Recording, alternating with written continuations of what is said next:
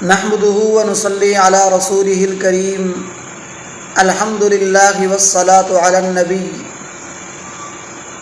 جیسے ہی عید الاضحیٰ کا موقع آتا ہے، قربانی کا موقع آتا ہے، تو کچھ لوگوں کے دلوں میں مروڑ پڑ جاتی ہے،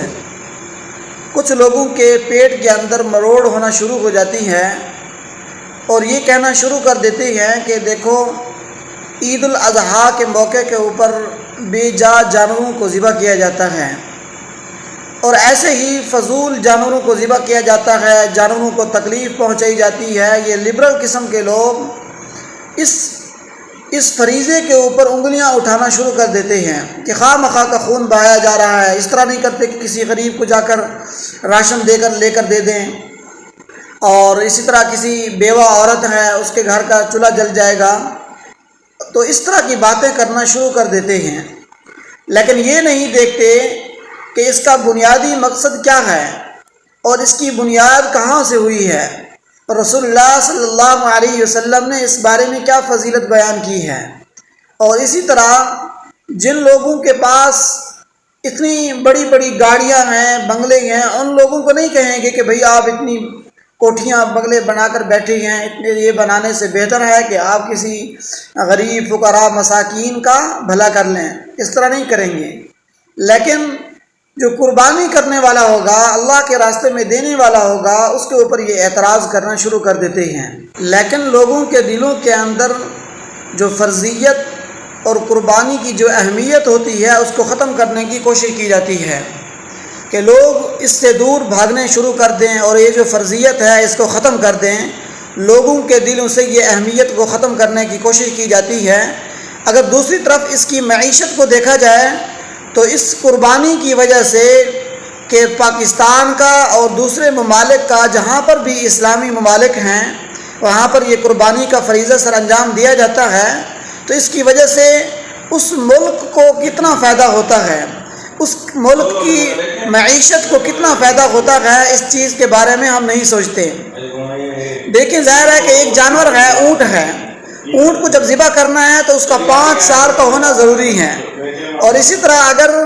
کوئی گائے ہے یا بھینس ہے تو اس کا 2 سال کا ہونا ضروری ہے، اور اگر بکری ہے، دمبا ہے، تو اس کے لیے 1 سال کا ہونا ضروری ہے۔ تو ظاہر ہے جب ان کی اتنی عمریں ہوں گی تو ان کو پالنا بھی ضروری ہے، اور پالنے کے لیے گھاس لگے گا، اور گھاس کے لیے وہاں پر ٹریکٹر بھی استعمال ہوگا، پانی بھی استعمال ہوگا، کھاد بھی استعمال ہوگی، مزدور بھی استعمال ہوں گے، تو یہاں پر ان کا کتنا ایک روزی کا سسٹم چلتا ہے۔ اور ایسے ہی جب اس کو بیچنے کی باری آئے گی تو پھر ایک شہر سے دوسرے شہر کی طرف منتقل کرنا، دیہات سے شہر کی طرف منتقل کرنا، ڈالے اس کے اندر استعمال کیے جائیں گے، گاڑیاں استعمال کی جائیں گی، تو ان لوگوں کو کتنا فائدہ ہوگا۔ جب اس کو ذبح کیا جائے گا تو ذبح کرتے وقت کسائیوں کو کتنا فائدہ ہوگا، اور جو اس کی کھالیں ہوں گی، اس کھالوں کی وجہ سے کتنا چیزیں بنیں گی، کارخانے چلیں گے، کارخانوں کے اندر مزدور کام کریں گے، اور پھر وہاں پر گاڑیاں استعمال ہوں گی۔ تو اس کے لیے دیکھیں یہ کتنا ایک سسٹم چلتا ہے، معیشت کو مضبوط بنانے کا اللہ رب العزت نے انتظام کیا ہے۔ لیکن یہ لبرل قسم کے لوگ آ کر اسلام کے اوپر ہی ان کو اعتراض کرنا ہوتا ہے، اگرچہ اپنے پاس اتنا بڑی بڑی گاڑیاں ہوں گی، بڑے بڑے بنگلے ہوں گے، اپنے پاس 2 4 موبائل اور 1.5 لاکھ والے موبائل رکھے ہوئے ہوں گے، وہاں پر ان کو اعتراض نہیں ہوگا۔ 20,000 اگر ایک آدمی نے قربانی کے حصے کے اندر ڈالا ہے تو اعتراض وہاں پر ہوگا کہ آپ قربانی کا ایسے جانوروں کا خون بہاتے ہیں، جانوروں کے اوپر ظلم کرتے ہیں، وہاں پر یہ مگر مچھ کے آنسو بہانا شروع کر دیتے ہیں۔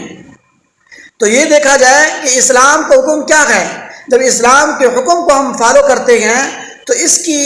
اللہ رب العزت برکات کی وجہ سے پاکستان کے اور دوسرے ممالک کی معیشت کو اللہ رب العزت مضبوط کرتے ہیں، نہ کہ ہم جانوروں کو ذبح کرتے ہیں۔ جانوروں کا ذبح کرنا بھی شریعت کا حکم ہے، رسول اللہ صلی اللہ علیہ وسلم کا حکم ہے۔ آپ صلی اللہ علیہ وسلم نے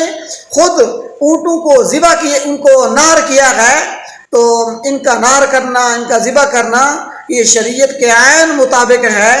اور یہ کار ثواب ہے۔ تو یہ نعمت عظمیٰ اللہ رب العزت نے مسلمانوں کو عطا کی ہے، لیکن جو لوگ یہود و ہنود سے متاثر ہیں، ان کے کلچر سے متاثر ہیں، ان کے رہن سہن سے متاثر ہیں، یہی لوگ آ کر پھر اسلام کے اوپر اعتراض کرتے ہیں، مسلمانوں کے اوپر اعتراض کرتے ہیں، شعائر اسلام کے اوپر اعتراض کرتے ہیں۔ جن کو اسلام کے بارے میں الف اور یہ کا پتہ نہیں ہوتا، وہ آ کر اسلام کے اوپر اعتراض کرنا شروع کر دیتے ہیں۔ تو میرے بھائیو دوستو، آج کے اس پرفتن دور کے اندر ان لوگوں سے بچنا بھی ضروری ہے، ایمان کی حفاظت بھی ضروری ہے، اور ان فرائض کی انجام دہی بھی ضروری ہے۔ اللہ رب العزت سے دعا ہے کہ اللہ رب العزت ہمیں صحیح معنی میں سمجھنے کی، سمجھانے کی، آگے امت تک پہنچانے کی توفیق عطا فرمائے۔